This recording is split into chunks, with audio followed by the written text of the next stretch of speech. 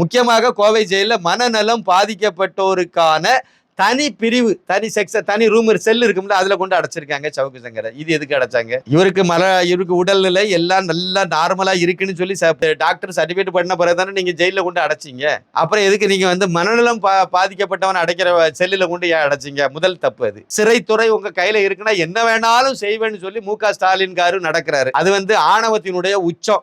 அவர் கையில எலும்பு உடைஞ்சிருக்குன்னு சொல்லி சவுக்கு சங்கர் அவர்களுடைய வக்கீல் கோபாலகிருஷ்ணன் வந்து மேஜிஸ்ட்ரேட் கோர்ட்ல இந்த கேஸ் நடக்கு கோயம்புத்தூர்ல. அந்த மேஜிஸ்ட்ரேட் போய் அவர் வந்து மனு தாக்கல் பண்ணிருக்காரு. அந்த மனு தாக்கல் பண்ணதை அடிப்படையா வச்சு கோவை மாவட்ட சட்ட பணிகள் ஆணைய குழுவிற்கு அந்த மேஜிஸ்ட்ரேட் சரவண பாபு வந்து உத்தரவு கொடுத்திருக்காரு. இதை விசாரணை நடத்தி எனக்கு அறிக்கை தாக்கல் பண்ணுங்கன்னு சொல்லியிருக்காரு. அந்த அடிப்படையில அவங்க வந்து ஒரு 3 வழக்கறிஞர்களை வச்சு ஒரு விசாரணை இதை உருவாக்கி இருக்காங்க, கமிட்டி போட்டிருக்காங்க. அந்த குழு வந்து விசாரணை நடத்தி அறிக்கையும் தாக்கல் பண்ணிருக்கு.